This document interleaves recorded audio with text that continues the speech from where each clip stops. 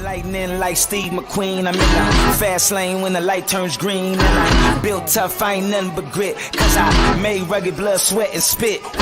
Yeah, like a horse I fly. Better push yourself in for a bumpy ride. I like to play hard, but I work harder. And I weather the storm cause I'm built stronger. What is up, ladies and gentlemen? We are back. We are live. It is the Freight Coach Morning Show, the top morning show in transportation, coming to you guys every single weekday, 8:30 a.m. Pacific, 10:30 Central, to break down some industry headlines, and most importantly, provide some actual insight into what you can do with all of this information. If this is your first time tuning in, welcome. This is the real side of freight, ladies and gentlemen. And I say that before every single show. And what I mean by that is I only speak to transportation professionals on this show, as well as my twice-a-week long-form podcast, because I want to talk to the right individuals who have done what you're looking to do or who are currently doing what you're trying to achieve, so you can take that information, apply it, utilize it, and see a meaningful difference in your business and your life. It's one of the many, many reasons why I proudly fly that American flag behind me every single day. A, we're the greatest nation on earth, but B, I'm living my American dream, and I want to help each and every one of you live yours as well. What is going on? It is Friday. Happy Friday, everybody. SP Freight, a.k.a. Jamie, good morning. Tracy St. Clair coming in hot on YouTube, good morning. John Paradise says, Friday is here. Let's finish the week strong. Benjamin, what is going on? Good morning to you. Thank you for tuning in. Sonny Sharma, good Friday morning, orange shirt gang. Jonathan Wolschlager, good morning to you. Justin Berger, TGIF, over on YouTube, good morning. Benjamin says, we need to talk, we need some cross-border freight talk. What do you have, man? What questions do you have? What do you want to hear about it? Let's talk about it today. Today is Q&A day, ladies and gentlemen. So if you guys have any questions for the transportation industry, sales or operations related, drop them in the chat today, you guys. I'll answer them live on the show. I got a couple of questions queued up, but as always, you guys, if you guys have anything pressing that you want answered, let's do it. Let's talk about it today. Uma, good morning to you. Excited to finish the week strong. Corey Buchan, TGIF on YouTube. John Radvansky, hey all, have a great Friday, he says. Jamie says, I hear you on cross-border freight. Robert Cowton, let's go. He says, good Friday morning, Chris. 4 pillars if brokering: sales, customer excellence, operations, financial, dialing each for your business. Robert, that is some great points there. And it's also, you know what, man, I kind of want to lead into this because that is something, we're talking about here, the 4 pillars, sales. It's been a doozy here. Cole Mikulik, what is up, brother? Good morning to you, Cole. Cole and Robert and I all have, we're all with SPI Logistics, you guys. That's where we got our brokerages from. If you guys want to take control of your financial future, you want to be an independent agent, hit up SPI, man. Hit up Mike Mikulik. I'll put you in contact with them. But I want to talk about this. We could break this down and just talk about these 4 pillars on this show here today, but I will answer some of these questions that I got, and if you guys have them. But, talking about sales, man, it's been interesting, right? And I see this all over, social media. And I think sales right now it's always important to sell, but I truly feel like right now is the time to really amp up your outreach to all your prospects that you've been talking to, and really amplify your sales outreach, because 100% something is going on right now in the freight market. I don't have a direct pulse on it, but I'm starting to notice lanes flipping, and it's not in regards of tender rejections. Okay. It's not in regards to anything other than one word: negotiation. And what do I mean by that? Carriers are pushing back on rates on every single load that we're moving now. And that wasn't always the case, right? It was more of accepting the loads. And again, I want to be like, I don't ever quote stuff for $1. I don't do the dollar a mile stuff. I don't do any of that stuff. But, we were working the spot market opportunity here. And this morning, all the data that was out there that we had saw was at like probably $1,200 is what this lane was going to go. Phone melter, because this wasn't a regular lane of ours. Our customer hit us up for this. It was a phone melter when we posted it up. everybody wanted no less than $1,600 on this lane. And I get the argument you can make. It was Friday and everything else, but it's not that. It's never been that far off in recent memory on a Friday. So from our perspective, that's the leading indicator to me is negotiations pushback is starting to happen. And there's another lane that we move that all of our we've built up a quality regular base on it. We've never had to go to the spot market on this lane in probably 6 months. And due to some weather that area was having, all of our regulars weren't in there. And this is normally a very soft market overall. And it was a challenge to find. We probably made 100 outbound phone calls on it. And ironically, you guys, because again, I talk about using core carriers all the time. Okay. And this is one of those main things about utilizing core carriers. Where this lane was going into, it was delivering and we called some carriers that we've worked with out of that city before. And we're like, hey man, what's the chance you have a truck here? And they're like, it was no. And then the last one we called, ironically, he's like, actually, I do have a driver sitting there empty right now. And we got him booked up. We literally found the one truck for this lane. And it was a core carrier that we have booked to haul freight for us out of Arizona going into Los Angeles. Moved it a bunch of times. And this load was going into his region. And we were just like, screw it. We're going to call because we're not getting any action. Nobody's doing anything. I always will rely on setup and active carriers in our system before relying on something else. And we got this guy on there and he picked up the load yesterday. The driver lived in the city where this load was going. It was awesome. So, again, that's a very clear indicator to me that things are changing. I'm not going to go as far as saying a market shift is happening or anything like that, but things are definitely starting to change. There's a lot of pushback that's going on the rates. And that's always the first sign to me that things are going to switch, is that our customer or our carriers are starting to push back on pricing. I think that's the clear indicator that things are changing. Okay. So that's kind of my thing out here. Hold on, you guys. I just want a shipment for today. Let's go. We just want to load live on the show. Hold on a sec here, guys. Yeah, we actually quoted that one off of green screens. I love when this works out like this. Green screens up in the corner there. You guys, I use them to quote literally everything. And we just want to load off of them again. All right. Let's keep that going. Here. Micah Campo, good morning to you. Zena, what is up, Zena? Happy Friday. Stephen Tittle, morning Q&A time. Happy Friday, everyone. Catherine Whitehouse, good Friday morning.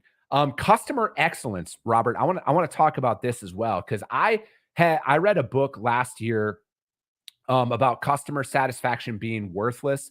Customer loyalty is everything. I would highly recommend everybody out there reads that book. Customer satisfaction is worthless. Customer loyalty is everything. That is where, right now, especially right as things start to change, because again, to tie in sales to customer excellence, have conversations with your customers about market shifts. All right. Because frankly, at the end of the day, they're the ones who are paying that invoice out there, and talking to them about the realities of the market.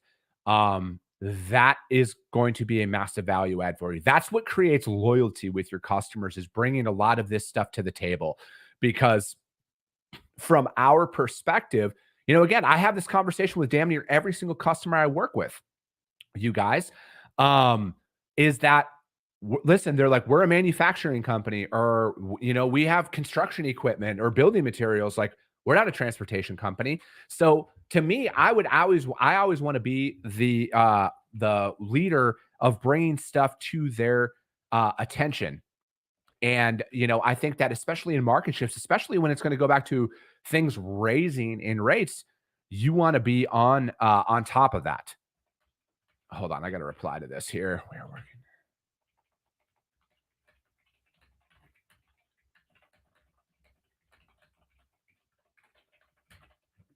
All right. Perfect. Sorry, guys. Like I said, I'm working on a real business here. But yeah, it's again, you guys, it's always about bringing that information to them, having those conversations, and that's what we all need to focus on as things change. Right, bring all of that to there. I would rather be the first one to raise my rates to a customer due to a market shift, and then have business paused for a little bit. It'll eventually come back, right? But again, I think that if you're going to be a true partner, you got to have those hard conversations no matter what. And, that's where we need to strive, because this is also, ironically, with all of that prospecting, all of that selling that you've all been doing, because I've been going nonstop for the last 15, 16 months on prospecting. It's all going to start paying off here when this market flips.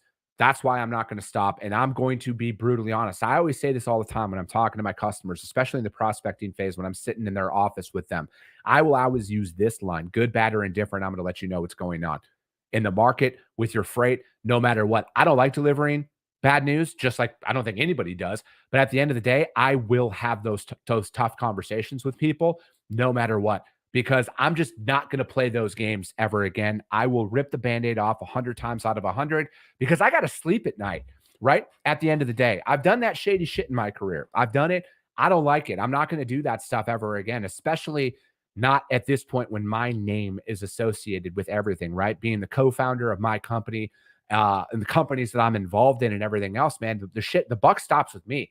That's why that's what, like, as my company grows, as the leader, as the CEO of my companies and everything, I get to have every hard conversation that's out there. That's my job. So to me, it's never easy to have those conversations, but you get more and more comfortable with it, and especially like when things go wrong. And I'm in the middle of dealing with something this week, and I will talk about that next week, about kind of how to handle some of these things, right? Because, the beauty of having actual experience in the industry is I know how to navigate through things when there's issues out there with the shipments that I'm running. I know what to do, what to arrange, what to call. And I'll do a breakdown on this next Friday, because not everybody out there has dealt with some of these situations before. And again, I want this as a clear groundwork for a lot of you of what to reference in the event that you're going through some of these situations. Brad Reinhardt, let's go. LTNA, you guys, if you guys want to join or be involved in a phenomenal group, join the LTNA out there, you guys. What is the best city, he says, South or East Coast, for a conference that hasn't been visited to death? Ooh. Let's talk about this. I think if we're going to go out there, East Coast, Myrtle Beach, South Carolina, Brad, that's where I think it should be at. That is not beaten down to death. I went to Myrtle Beach for a for a bachelor party, for my cousin's bachelor party. I planned it out in Myrtle Beach, and I was made aware of the Carolina squat that weekend. And that is out in the fucking Carolinas. All these dudes squat the back of their pickup trucks, put gaudy ass rims and all this other bullshit in their trucks. And they had a big convention that weekend in Myrtle Beach. And all of us are from, the sticks in Wisconsin and Minnesota. We're all just like, what the fuck is going on here? My vote is Myrtle Beach. Myrtle Beach, North Carolina, I think, is the white trash capital of the world, and I'm fucking there for it, Brad. I love Myrtle Beach. They had this awesome dive bar that was out there that we went to almost every night. I forget the name of it, but it's right on the water. My vote is Myrtle Beach, South Carolina, Brad. Robert Cowton says, of course, carriers are pushing on rates because their cost to operates have not dropped in any capacity insurance. And I understand why. I get it too, man. 100%. I understand why carriers push back on rates. I would, right? They got a business to run too. And being aggressive, got that load covered. Never sit back. Yeah, you are right. And Robert says, running a freight brokerage is hard. If it was easy, every carrier would have a brokerage division and push out standalone brokerages. Amen. Devon McKinney, good morning to you. Stephen Tittle is he's the president of the Transportation Logistics Club of Phoenix, an LTA organization. Join us online. I'm a member of that as well with Steven, although I haven't been able to make the first couple of meetings, and I apologize for that, Steven, and I will get better on that. All right, you guys, first question that we are going to break down here. is going to be about selling. Hold on one second.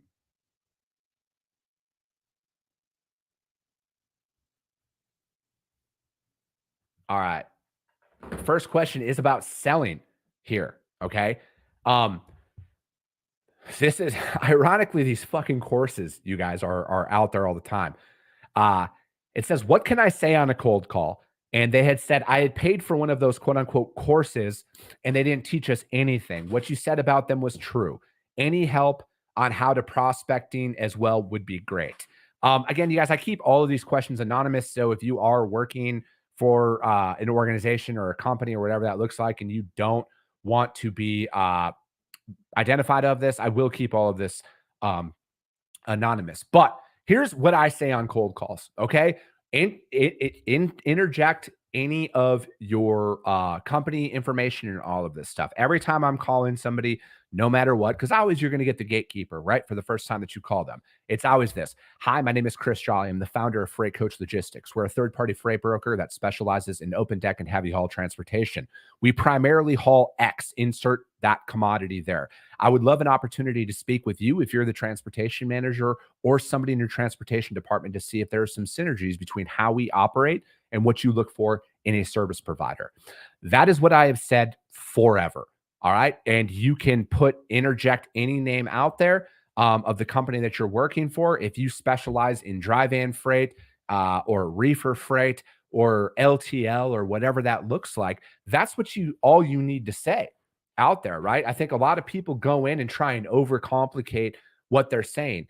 I just need to be noticed because the reality is, you guys, if you're going to be out there and selling, you're going to get no, voicemail, no call back, no call back, no call back all the time. I just want them to remember me. I practice what I say. All right. I say that all the time, almost daily, right? So I have that practice. I have that repetition. I get just as nervous when I'm out there trying to cold call and do all of that stuff because it feels weird, right? But at the end of the day, when I reach out to people, it's as simple as that. Hi, my name is Chris Jolly. I'm the founder of Freight Coach Logistics. We're a third-party freight broker that specializes in open deck and heavy haul transportation. We primarily haul your X. I'm looking for an opportunity to speak with you or the transportation manager to see if there's some synergies between how I operate and what you look for in a service provider. And, again, when you're talking to the gatekeeper, I say it like that because the majority of the companies that you are going to work with, that gatekeeper has something to do with that transaction. Okay. They are either the load planner, the scheduler, they're the ones who you got to reach out to in some capacity. So I want them to know who I am. Okay. And then same thing, if you're leaving a voicemail, we all know how to leave a voicemail. But here's what I want you guys to always do. Butter that gatekeeper up. All right. If they transfer you through and you leave a voicemail, call the gatekeeper back right away and thank them for their time.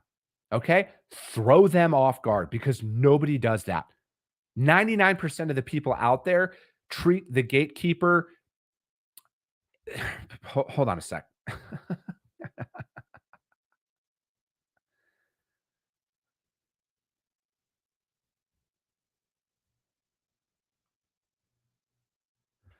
All right.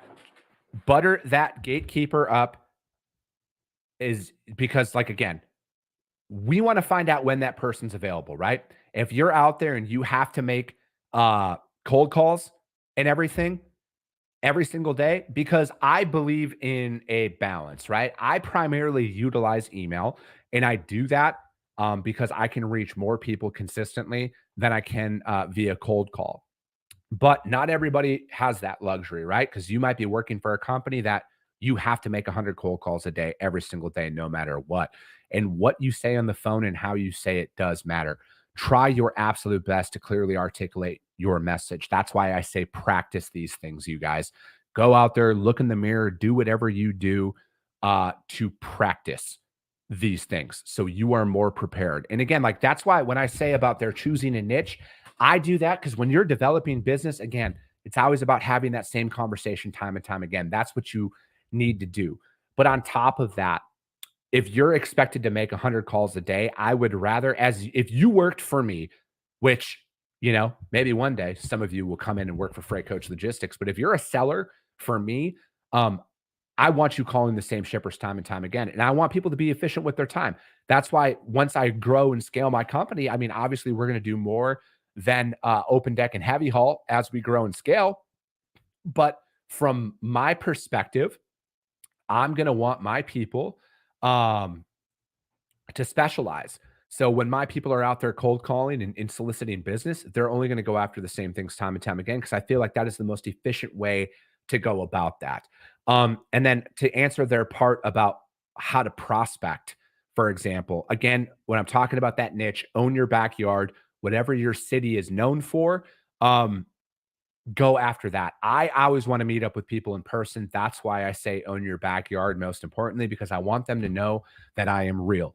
You do not need to pay for lead generation software at all. If anything, if because again, a lot of people out there, if you're starting your business, cash, you're bootstrapping it, cash is not plentiful early on. The only thing I would recommend you spend your money on right away, say you started your own business and you're getting out there, GoDaddy.com, own that web domain, and then get a G Suites account. It looks a lot more professional as you're soliciting business. And then get a LinkedIn premium subscription. Pay the $180 or whatever that is, because you get, and this has everything to do with prospecting, because you can utilize Google, right? Like I've built multiple books of business off of Google and an Excel spreadsheet. So buy a Microsoft Office account as well. That's $100 for the year. That's what I pay for mine. Go out there. And then if you're going to search these companies in your hometown or in your surrounding areas, take those companies and then obviously go to their website, see if any of the contact information is on there. But if it's not, use that company's information, go on LinkedIn, drop the company name in there, and then it's going to pull up the company's profile. Go to the people tab on there. Okay. And then under keywords, search for logistics manager, transportation, supply chain, warehouse, whatever. And then those people are going to pop up. Then you know who to prospect. Okay. And then use an Excel spreadsheet. So what I do on there to track all of my leads is I put company name, contact name, email, phone number, and then notes section. Okay. Because I track how many times I reach out to people. And then that's how I build a lead list, right? Like I don't do all of that because I pay for a lead generation software. But if you don't have the money to do that, or your company doesn't have the resources to do that, everything I just laid out there for you guys is free. Okay, not free, excuse me. It's minimal. It's less than $500. All right. It's less than $500. Buying your website domain might cost you $20. Buying a G Suites account is $13 a month. Microsoft Office is $100 for the year. And the LinkedIn premium subscription was like $180. Okay. That's less than $500. That is going to set you up as looking like a viable option out there. And that is how you go up and build a lead list, you guys. That's all you have to do. So what we had said, I told you how to cold call, what you can say on your cold call. Obviously, don't use my name and company information out there. Obviously, use your own. Interject the commodity that you like to haul and do that. And then if you utilize Google, you guys, Google is free. Google is very accurate in its stuff. And that's all you need to do. So that's how you cold call, and that's how you prospect and build a lead list for very, very minimal money. Okay. Less than $500. You can get all of that. All right. And next question I got was about conferences. What conferences is the freight coach attending this year, was what they said. I wasn't referring to myself in the third person.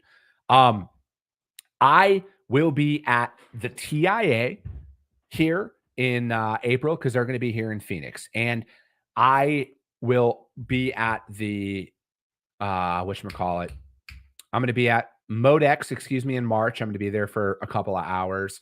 I'm going to be at the TIA in April, and then I will be at the NMFTA Cybersecurity Conference in October. But that is kind of it. And I'm doing that. I'm limiting my travel for conferences for these next probably couple of years unless it aligns with having customers in that area, or unless it aligns with I have prospects that I can go and visit out there. I am fully committed to building my freight brokerage here over the next couple of years, you guys.